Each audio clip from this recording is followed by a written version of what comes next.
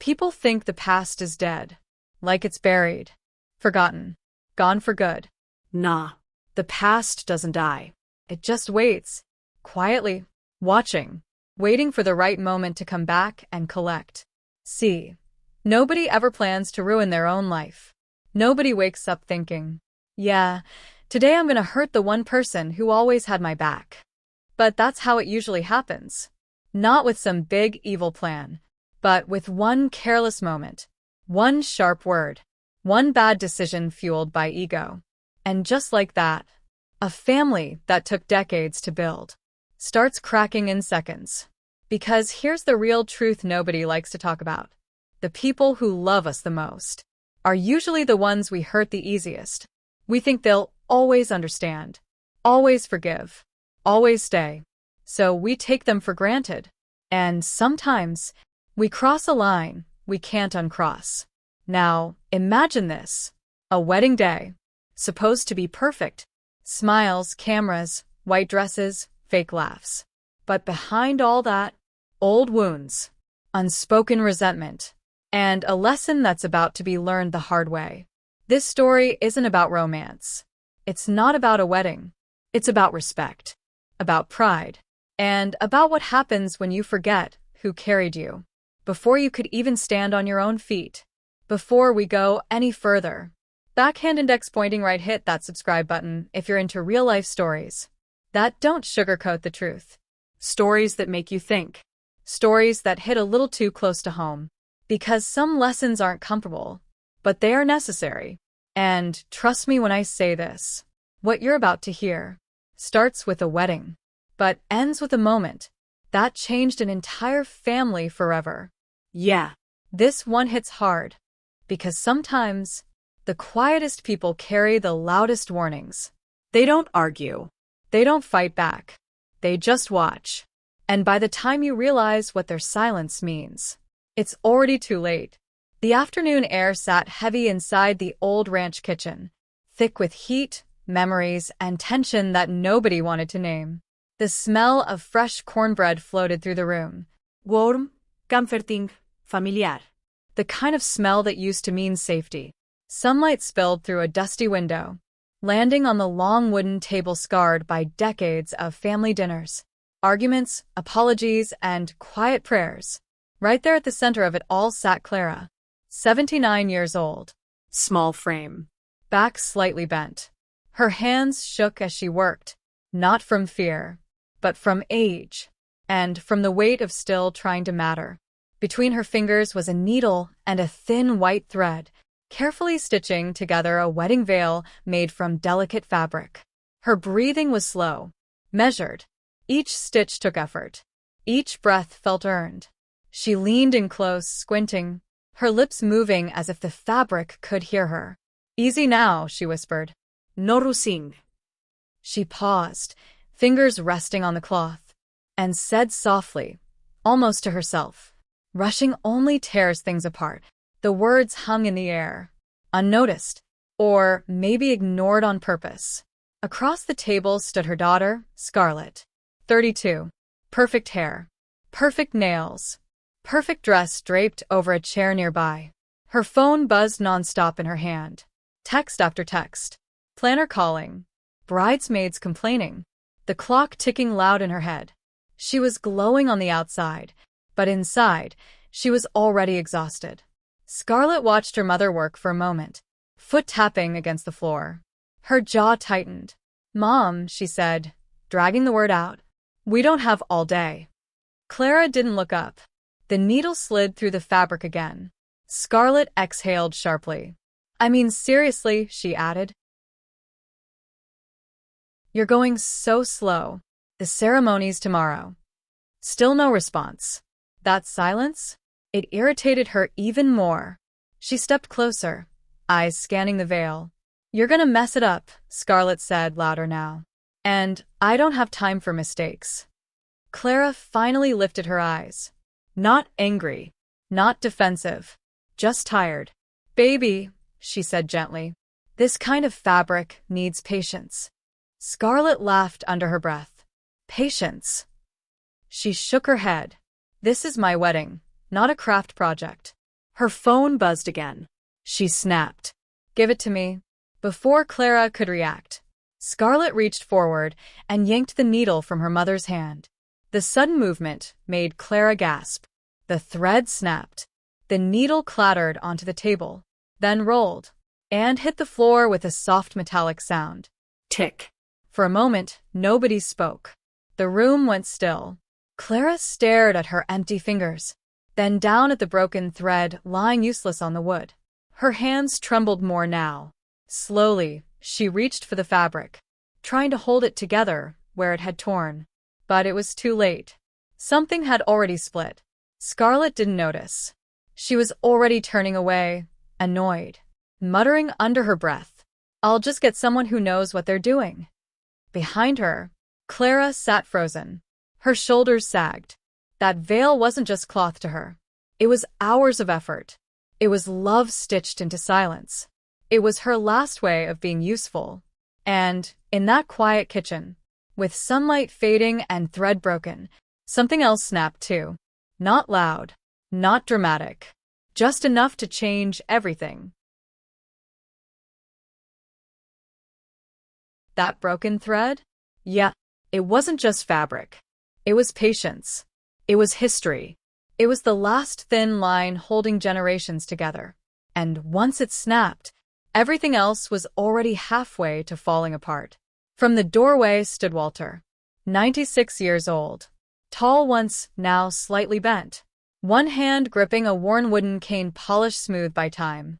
He hadn't entered the kitchen, hadn't announced himself. He was just there, watching. Walter had seen things most people only read about. Wars that erased towns. Winters with no food. Days when survival meant swallowing pride just to make it through the night. He had buried friends, brothers, a wife. So when people talked about stress or pressure, Walter usually stayed quiet, because compared to real loss, most problems were just noise. His eyes moved slowly around the kitchen. The broken thread on the table, the torn edge of the veil, Clara sitting frozen, hands empty, Scarlett pacing like nothing happened. And right there, Walter saw it. Not anger, not chaos. Pride. The same pride he'd watched destroy men in foxholes. The same pride that turned families into strangers. And now it was back, wearing a wedding dress. Scarlett kept talking, half to herself. "I don't know why everything has to be so complicated," she said. "I just want one day to be perfect." Walter didn't move. Clara slowly wiped her eyes with the edge of her sleeve, thinking no one noticed. But Walter noticed everything. He didn't raise his voice, didn't clear his throat, didn't say a single word. Instead, he lifted his cane and tapped it once against the floor. Thunk. Not loud, not violent, but heavy.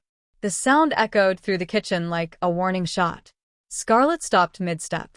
Her phone went silent in her hand. The air changed. Everyone felt it.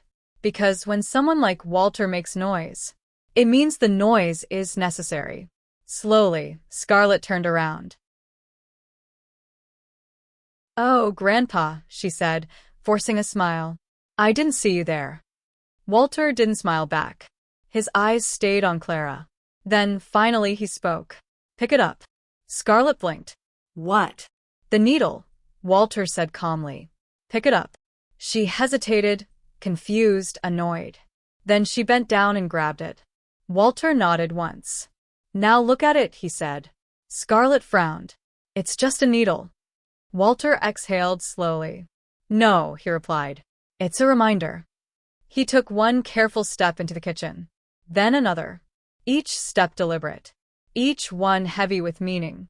"I watched men lose their families," he continued, "because they thought strength meant control."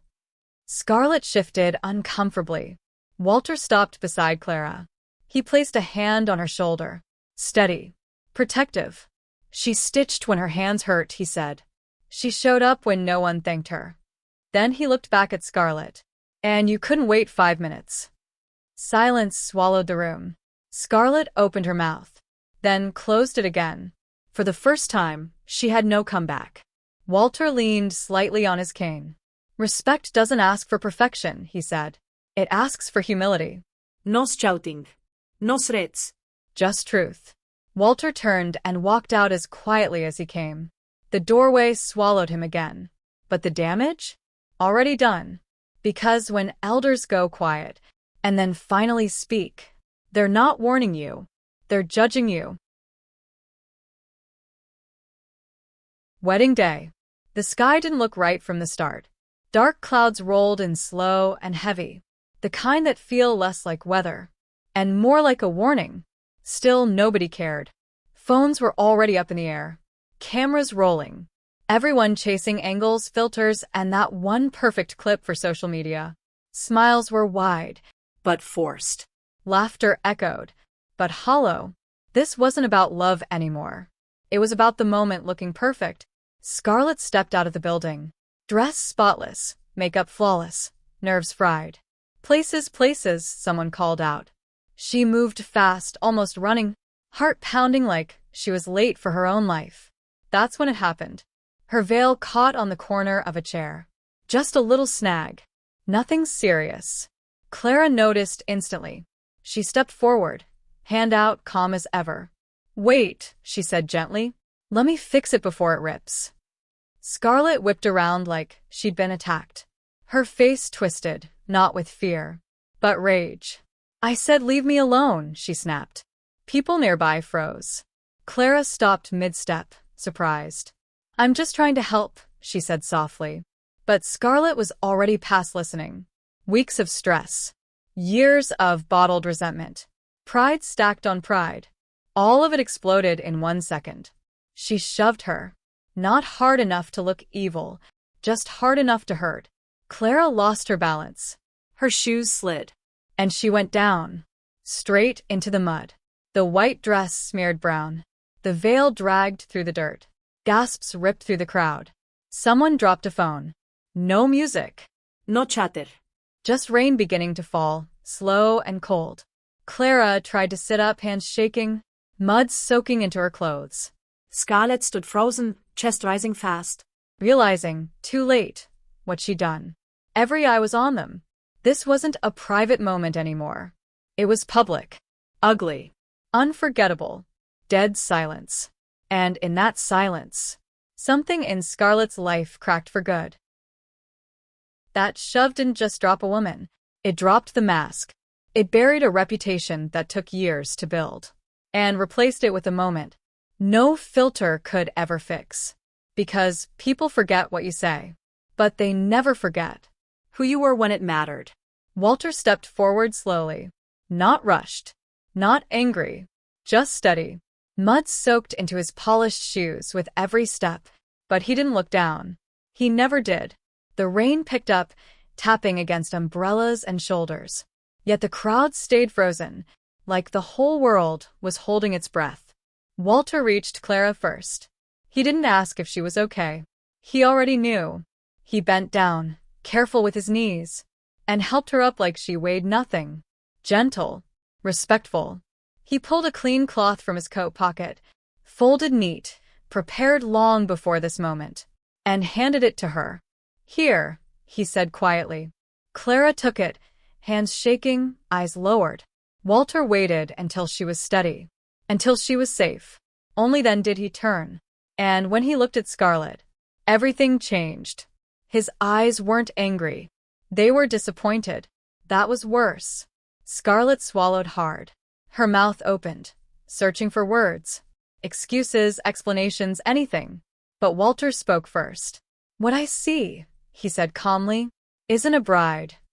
The crowd leaned in without realizing it.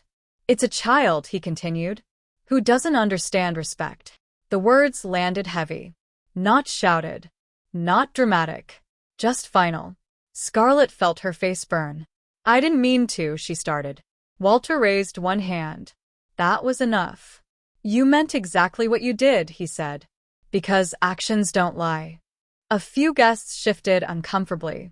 Someone cleared their throat. Walter didn't care. You think this day is about you, he said. About pictures. Applause. Attention. He gestured around them. But long before any of this, Someone carried you, fed you, protected you. His eyes flicked to Clara. And you shoved her into the dirt. Silence swallowed the space. Rain soaked into dresses. Mascara streaked. No one moved. Walter stepped closer to Scarlett now. Not threatening. Commanding. I've watched strong men fall, he said, because they confused pride with power. He leaned in slightly. Don't make the same mistake. Scarlett's hands trembled. For the first time, she realized this wasn't a lecture. It was a line being drawn. Walter turned back to Clara, offering his arm. Let's go, he said softly. And as they walked away, past stunned guests, ruined decor, and broken illusions, everyone understood one thing. This wedding had just become a warning. Because when a man like Walter finally speaks, he's not trying to embarrass you. He's deciding whether you deserve to stand with the family at all.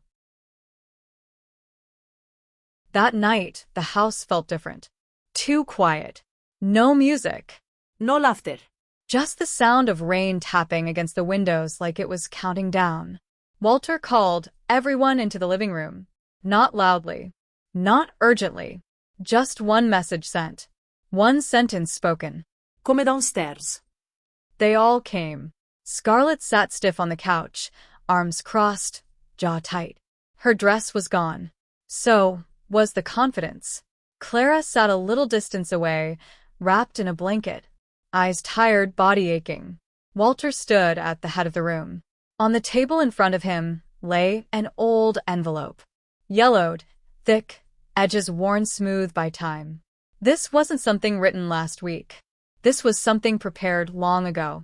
Walter placed the envelope flat on the table, pressing it down like he was anchoring the moment. Then he nodded toward the man beside him. The lawyer cleared his throat. No dramatic build-up. No sympathy in his voice. Just facts. I'm going to read exactly what's written, he said. Scarlett rolled her eyes. Can we just? Walter looked at her. She stopped. The lawyer continued. The property, known as the family house, is conditionally assigned to Scarlett Walker. Scarlett leaned forward slightly, confidence flickering back, under the expectation of continued respect. Toward her mother, Clara Walker. The room went still. The lawyer didn't pause.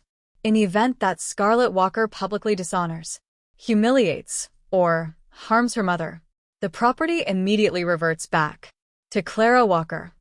Scarlett's smile vanished. Effective immediately, the lawyer added. The words landed like a slap. Scarlett shot to her feet. That's insane, she shouted. You're punishing me over one moment? Her voice cracked, but not with regret. With rage. One bad second and you erase my future? She continued. That house was promised to me. Walter didn't blink. He didn't raise his voice. He didn't even sigh. One moment, he said calmly, shows who you really are. Scarlett laughed sharply, almost hysterical. So what, I'm evil now? I'm a monster? Walter took a step forward. No, he said. You're careless. The word stung more than any insult. You didn't trip, Walter continued. You didn't lose balance. He looked her dead in the eyes. You chose. Scarlett's hands shook. Clara looked down, tears slipping quietly onto the blanket.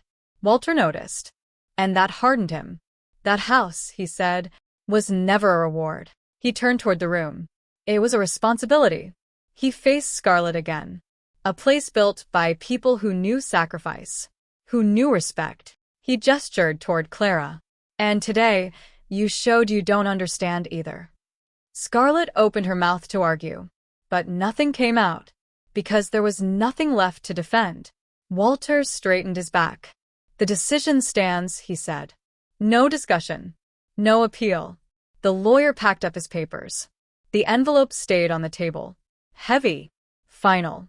And in that quiet living room, Scarlett finally understood something she never had before. Some consequences don't come with second chances.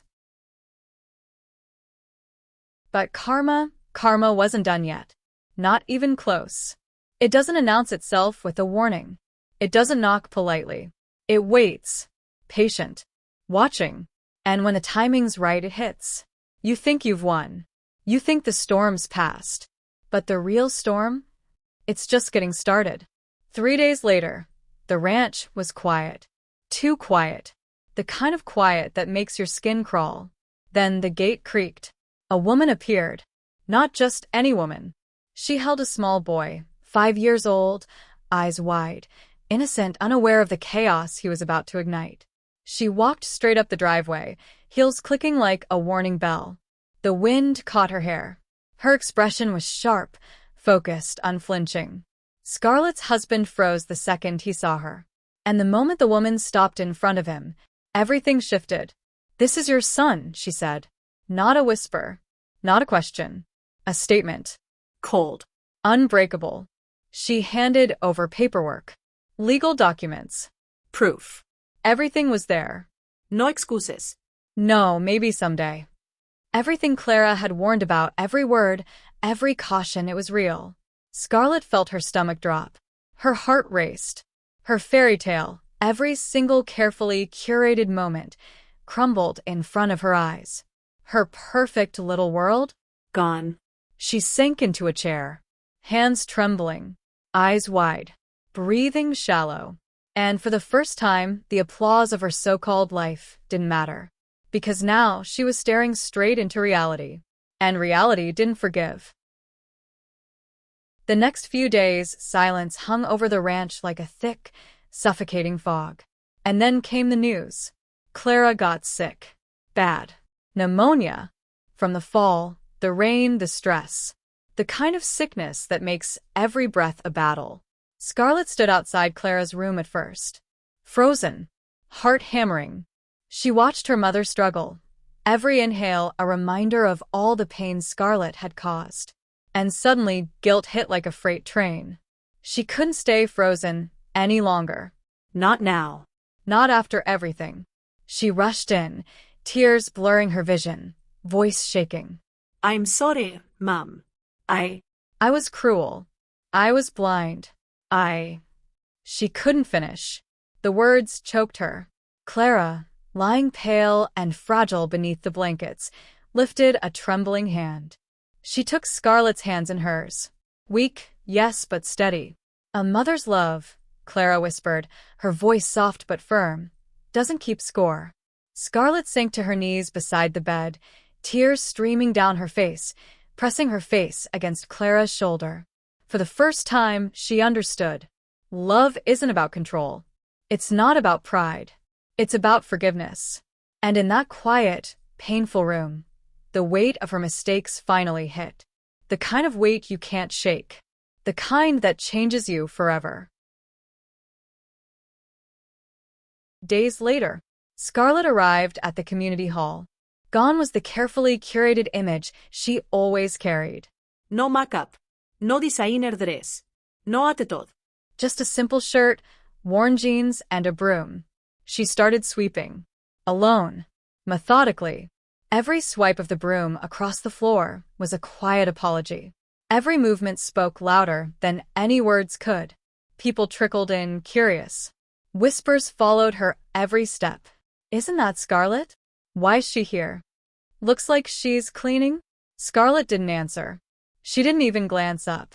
She just kept working, her shoulders hunched, hands steady. And slowly, the hall started to fill. When she finally stopped, she faced the room, voice soft, but carrying the weight of everything she had done. No excuses. No defenses. Just work and regret. The silence was deafening. Eyes met eyes. Some looked away. Some nodded slowly. Forgiveness didn't flood in immediately. It trickled. Slowly, like sunlight breaking through clouds. And in that small, quiet act, sweeping, admitting wrong, standing humbly, something shifted. The community realized she had changed.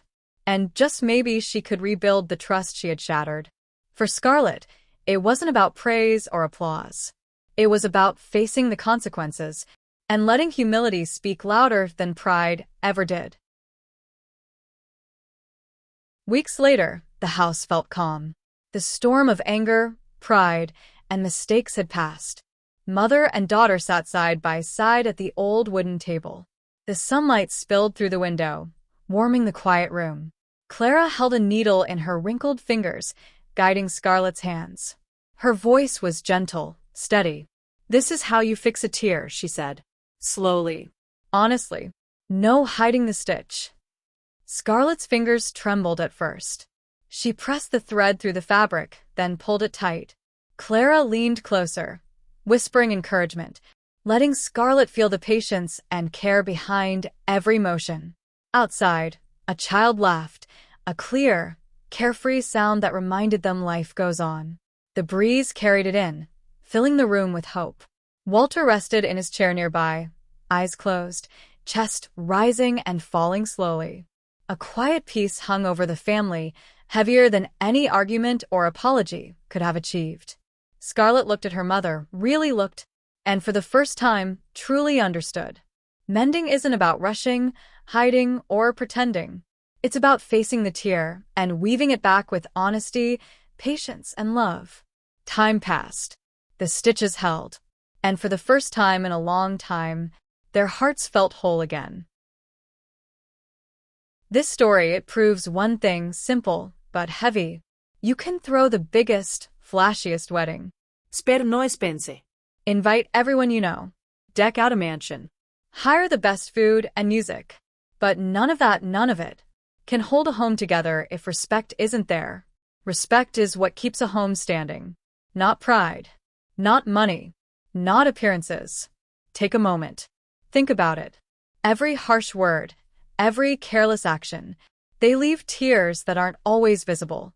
And every stitch, every effort to mend, takes time. Patience. Humility. Love. If this story moved you even a little, if it made you pause and think about the people in your life, backhand index pointing right, hit that subscribe button for more real stories with real lessons. And don't just scroll past, comment below. Respect comes before pride. Because here's the truth. Every visible stitch, every quiet act of forgiveness, is proof that even the deepest, ugliest damage can be healed. If the heart is willing. Slow down. Look around. Fix the tears while you can. Life won't wait, but love, patience, and respect, they can last forever.